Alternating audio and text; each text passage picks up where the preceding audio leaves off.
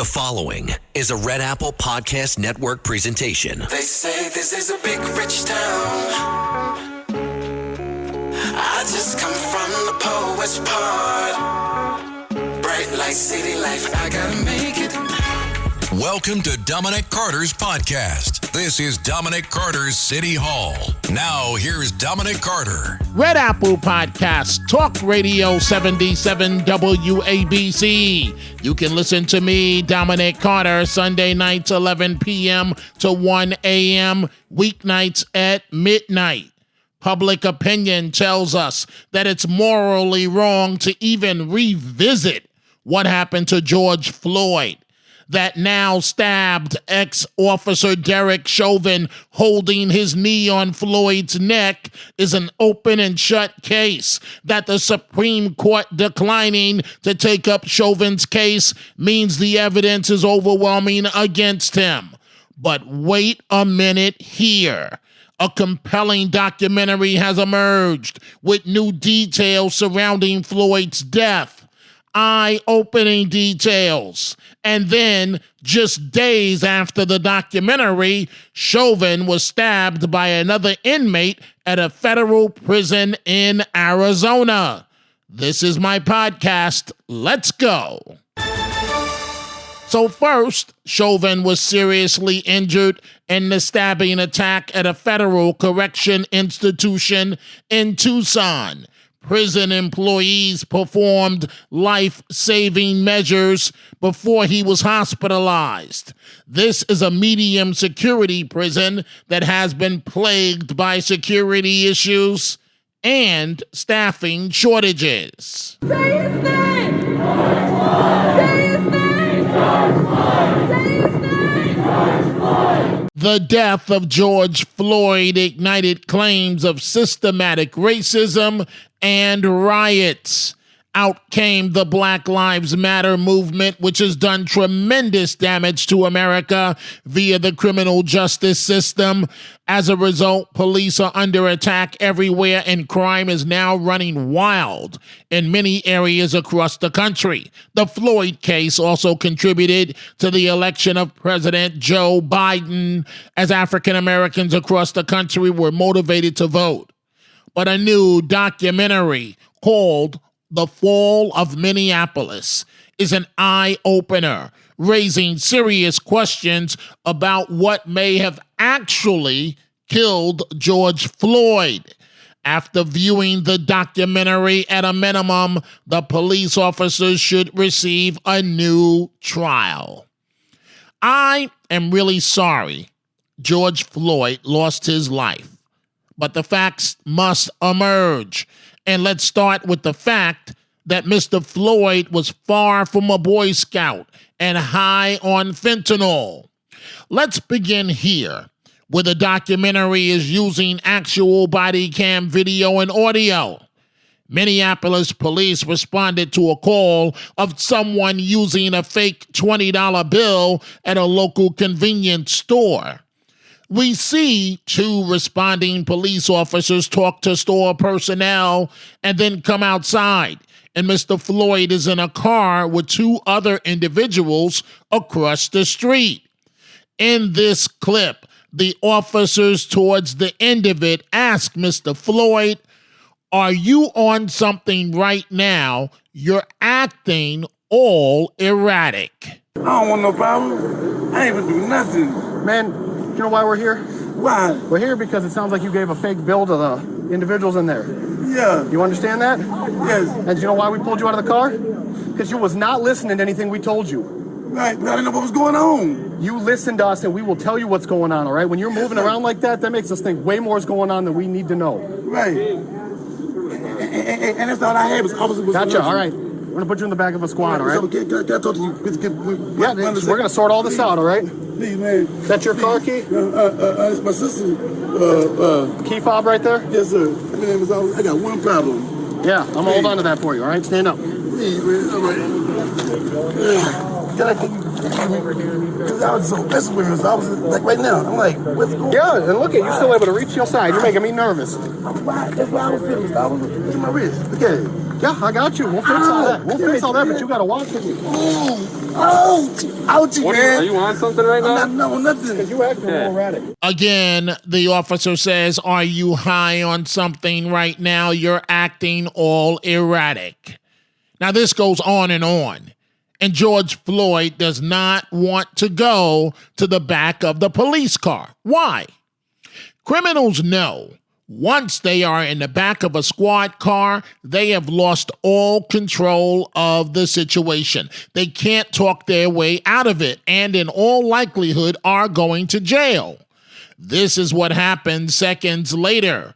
While being escorted to the patrol car, Floyd literally collapses to the ground, claiming he's claustrophobic. Man, Let's go. Scared, man. Let's go. God, You got foam around your mouth too? Yes. I was just whooping earlier. Okay. Man, what up? All right, let me calm down now. This is a little better now. All right, okay. You do me one favor, man. And we're going to talk about that once we get to the car. Stop moving around. Man. Oh, man. God, don't leave me, man. Please, man, don't leave me, man. Oh, please don't leave me, man. Yeah, just unlock the door for me. How's the breathing thing? Stand up. Stop falling down. I'm claustrophobic, man. Stand up. I'm claustrophobic. Stay on your feet and face the car door. Please, man. Please. No. Please. Not yet. Keep the door open. Keep the door I open. want to talk to you, man. Please, let me talk to you. Man, you ain't listening to nothing we're saying, so we're not going to listen to nothing you're saying. I'm claustrophobic, officer. Face the door. Please, man. I'm claustrophobic. I hear you, but you are going to face this door right now. Listen up. Stop. I don't do anything. I'm leaving y'all anything, man. I'm not resisting, man. I'm not. You can ask him. You know me. You Check know. inside. God, man, I won't do nothing like this, y'all. Why is it going on like this? Look at my wrist, Mr. Officer. I'm not that kind of guy. Sit still. I'm not that kind of guy. Please. I'm not that kind of guy, Mr. Officer. Please. George Floyd refuses to take a seat in the police car, doing anything and everything to avoid it, even bringing up COVID. I don't want to do nothing, y'all, man. Nothing. Hey, you get that inside in And the I pocket real understand. quick on your side? Hey, On the but flex. I'm listening. And I understand that people do stuff and y'all don't know me. Take a seat. Okay. Why are you having trouble walking? Because my hands are windows hurt. down, okay? Please, man. Please don't do this. Take a seat. I'm going in, Mr. Officer. I'm going No, in. you're not. I gotta go in. Take a seat. Grab a seat, man. Man, y'all don't believe me, Mr. Officer. Take a seat. I'm not that kind of guy. Man. Take a seat. No, I'm gonna die here. I'm gonna die, man. You need to take a seat right now. And I just had COVID, man. I don't want to go back to that. Mr. Floyd is in complete panic. In the car, his behavior is going from bad to worse. So he's physically in the car, but he will not sit still and tries to come out of the vehicle via the other door. Don't do me like that, man. In the car. Okay, can I talk to you, please? You get in this car, we can talk. I am. I'm claustrophobic. I'm hearing you, but you're not working with me. God, I'm claustrophobic, man. You Get in ain't the car, gonna man. leave wherever you Get in the Can you car. get me in the front? Please. No, you're not getting in the front. I'm claustrophobic, Mr. Officer. Get in the car. Okay, man. Okay. I'm not a bad guy, man. Get in the car. I'm not a bad guy. Man. What's my number? Please, officer. Please. Sit. Please. Take a seat. Please, man. Please. No, Take a seat. I can't choke. I can't breathe, officer. The officers then decide to take Mr. Floyd out the car and place him on the ground. What's going on? What? Let's take him out and just see him. For what? Please, man. I can't breathe. Come on out. Look at you. Thank you. Thank you. Yeah, on the ground. On the ground. My wrist.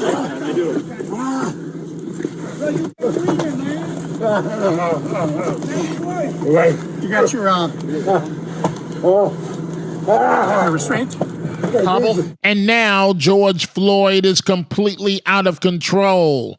It's about to become deadly as he calls out for his mother. That's breathe. That's breathe. Jesus Christ. That's breathe. Thank you. Not moving. Mama. Yeah. Mama. Yeah. Mama. One of the front pouches Mama. on my right side bag. Mama. EMS go to. This documentary, Minneapolis is Falling, seeks to dispel what its producers call false narratives surrounding the death of George Floyd. This is the first time we have heard Officer Chauvin speak in a media interview. They interview Chauvin behind bars. Chauvin claims he was following Minneapolis police protocol taught in the academy when he placed his knee to Floyd's neck. And some police officers say from different camera angles, his knee was mostly on Floyd's shoulder. It's called MRT, maximal restraint technique. Chauvin in the documentary says his trial was a sham. This call is from a federal prison. During the trial, several witnesses, including Chief Arredondo and Inspector Blackwell, testified that they didn't recognize the technique you and the other officers were using, as if it was not a part of Minneapolis police training. But was MRT, the maximal restraint technique, part of training and policy? Absolutely. In fact, I'm looking at it right now. 5-316, maximal restraint technique, right in their written policy manual. The EMS and Minneapolis fire response was not normal. Normally, both those resources are sent. They arrive in short time, especially on a code 3 situation. In this case, Minneapolis fire took 20 minutes plus to arrive, and their station's 8 blocks away. At the end of the day, the whole trial, including sentencing, was a sham. And in the documentary, Chauvin then zeroes in on MRT, maximal restraint technique. And listen to this. Numerous officers interviewed in the documentary say, yes, they were all taught maximal restraint technique. Your attorney wanted to show a photo of MRT to the jury, but Judge Cahill denied it. Was this a key piece of evidence? I think it certainly is important. Just the fact that it's a PowerPoint training presentation that the city of Minneapolis Police Department delivered, using that photograph that at least illustrates some of the training techniques that are performed. Were you trained in MRT, the maximal restraint technique? Yes. Yes. Yes. Yes, I was. Yes, we all were. Yes, all the police officers were trained in the MRT. Your police chief said on the stand that he didn't recognize that technique. I heard him say that. It's tough to hear people lie, just straight lie. And again, goes right back to, for me, the good and the bad, like the right and the wrong. And for you to be under oath and just straight lie. Chauvin's mother also is interviewed in the documentary and produces his training manuals in which they include illustrations of police officers kneeling on a suspect's shoulder blade to restrain him. MRT. What do you think your son's case says about the justice system in America? Is there justice system in America? Not according to what they did to Derek and the other 3 officers. There isn't any. I don't believe in the justice system anymore. The attorney for George Floyd, Ben Crump, claimed Floyd was a healthy man prior to this police encounter, but pointed out further in the documentary Floyd's heart disease, his narrowed arteries, his high blood pressure, and that fentanyl might have caused his death. In the documentary, a nurse, Deborah Nelson, talks about the fentanyl and the fact that the oxygen tubing Mr. Floyd received was not even hooked up to the oxygen machine. Listen closely to this. Ouchie, man. Are you on something right now? No, nothing. You acting a little erratic. If George Floyd would have told the truth about fentanyl and methamphetamine, could that have helped to save his life? Yes, it could have. That's proven by what happened the year before when he was arrested by Minneapolis police and he was putting tablets in his mouth. Open your mouth, spit out what you got. Spit out what you got.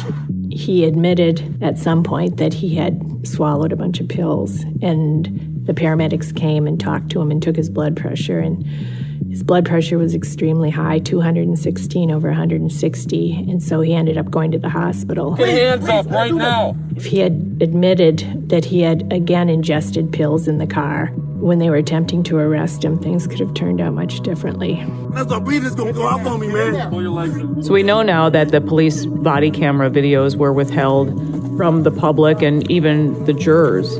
When you were able to see those videos, what was going through your mind? I wish that those videos had been out sooner, that they hadn't been withheld for 2.5 months, because the videos portrayed quite a different story from what we had originally heard. I can't joke. I can't breathe. You mentioned you went through these police body camera videos minute by minute. Right. What troubled you most? At the very end of Thomas Lane's body cam video. One of us ride with? Yeah. Ride with? Yeah. I don't have my phone. So. The paramedic handing the bag to Thomas Lane to ventilate the patient, you can see that the oxygen tubing is coiled up. It's not even attached to the oxygen source. That's a big mistake. What was also shocking in the documentary is how police officers talked about they were told to stand down as protesters rioted an entire police precinct. It broke their hearts. They describe it as being in the middle of a war zone. The crowds got larger and larger and larger, so we knew that we were going to have our hands full. Each day it just compounded. By the end of the day, it was probably 1,000 people. And then the next day it was 4,000 people. And then the day after that, it was like 8,000 to 10,000 people. I think it's really important for people to understand that the police that were working the street at that time were dealing with situations that, in my mind, only you could think of as wartime. This is like a modern-day war zone. I mean, this is unbelievable what is happening on the streets of Minneapolis. So we're seeing someone being wheeled away, someone who looks pretty badly injured. They threw a whole bunch of bottles and rocks, and I got hit in my mouth. I ended up breaking 3 more teeth. Break that! We were dodging water bottles, bricks, Roman candles, anything they could get their hands on.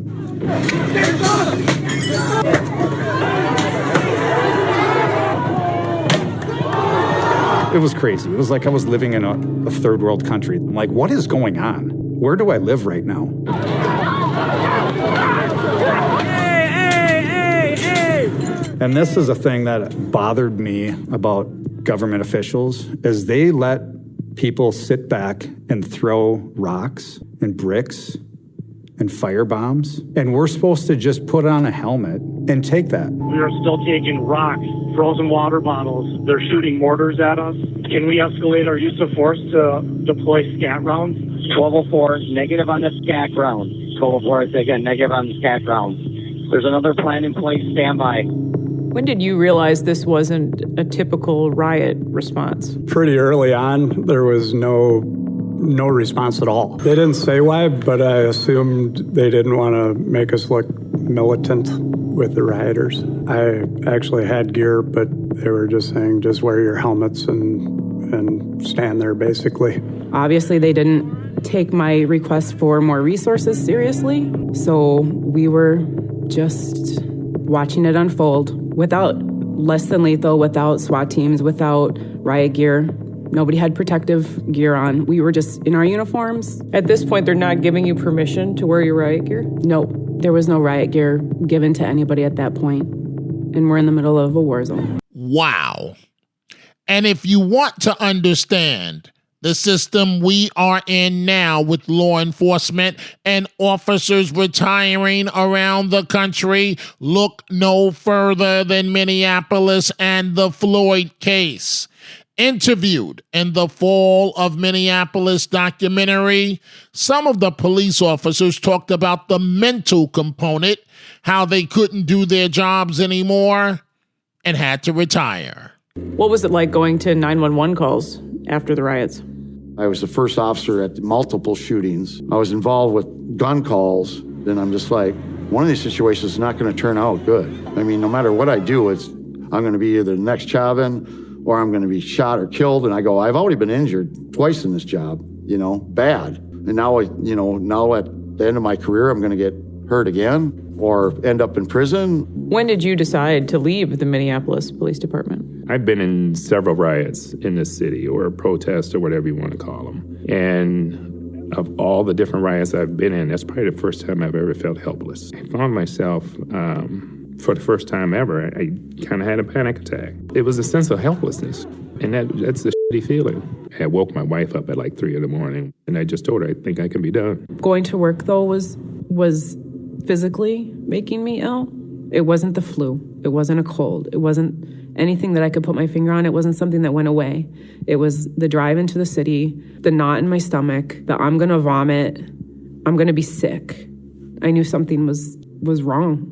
I left the job about a month after the protests. I just couldn't do it anymore. We were one of the highest trained departments in the country. These were some of the best cops you would ever see in your lives, and a lot of those people are gone. The last call I was ever on should have been a routine call. It was a simple hit and run. An officer just dispatched to a hit and run call.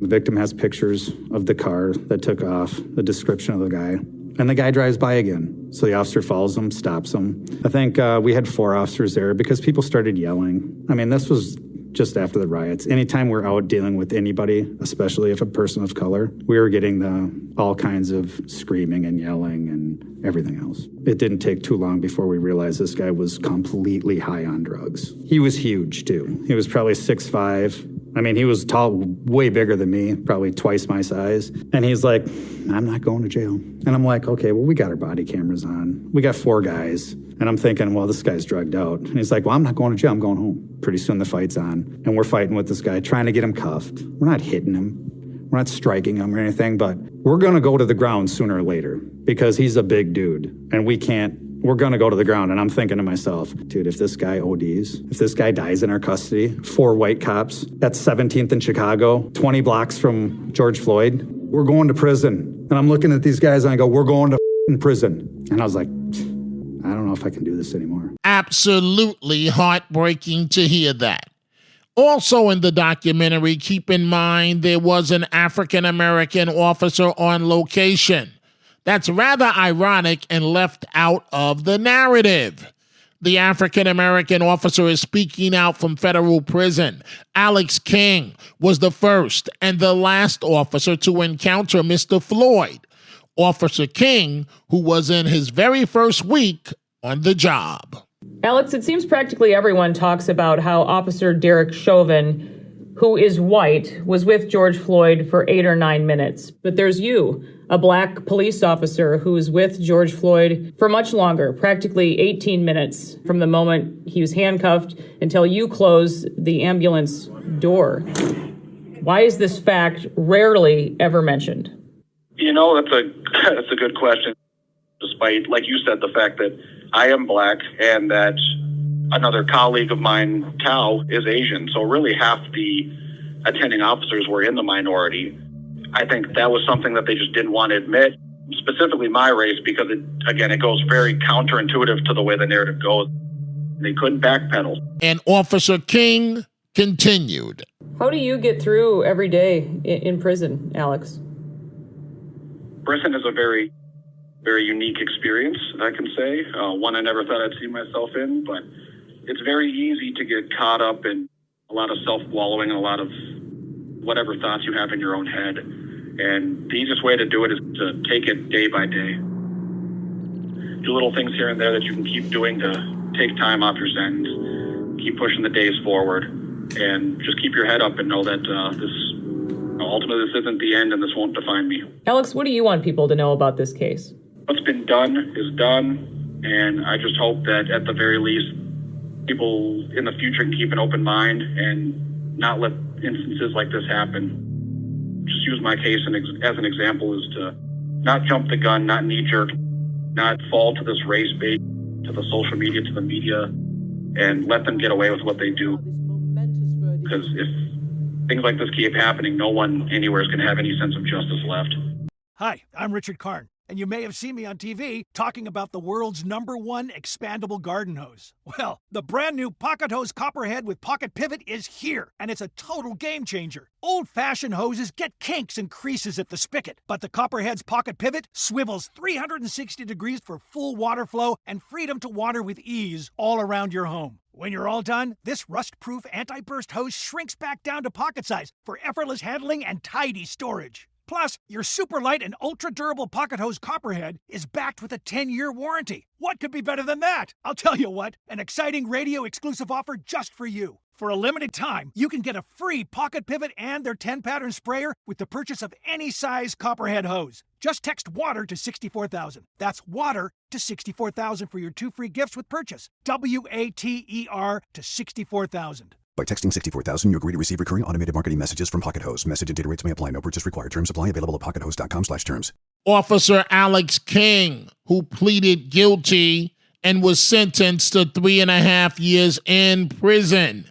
This documentary is an eye-opener. These officers deserve a new trial. And that is all the time we have for this episode. Thank you, folks, for joining us. If you are interested in my remarkable book on my life titled No Mama's Boy, or even the Dominic Carter bobblehead doll, go to my website, all one word, DominicCarterOnline.com, DominicCarterOnline.com. If you order the book at my website rather than Amazon, I can personally sign it for you. You can catch me on 77 WABC weeknights, midnight to 1 a.m. Go check out the Dominic Carter merchandise at the 77 WABC store. From Dominic Carter t-shirts to hats and much more, go to WABCRadiostore.com. Also follow me on YouTube, where you will see videos from me about this podcast and the radio show, youtube.com/Dominic Carter. We will see you the next time. Dominic Carter, Red Apple Podcast, Talk Radio 77, WABC. I gotta make it. Dominic Carter Socials on Twitter at Dominic TV and Facebook and Instagram. Dominic Carter TV. Email at dominic.carter@wabcradio.com. Until the next episode, be well. And as Dominic always says, stay positive. The glass is always half full, never half empty. Dominic Carter City Hall.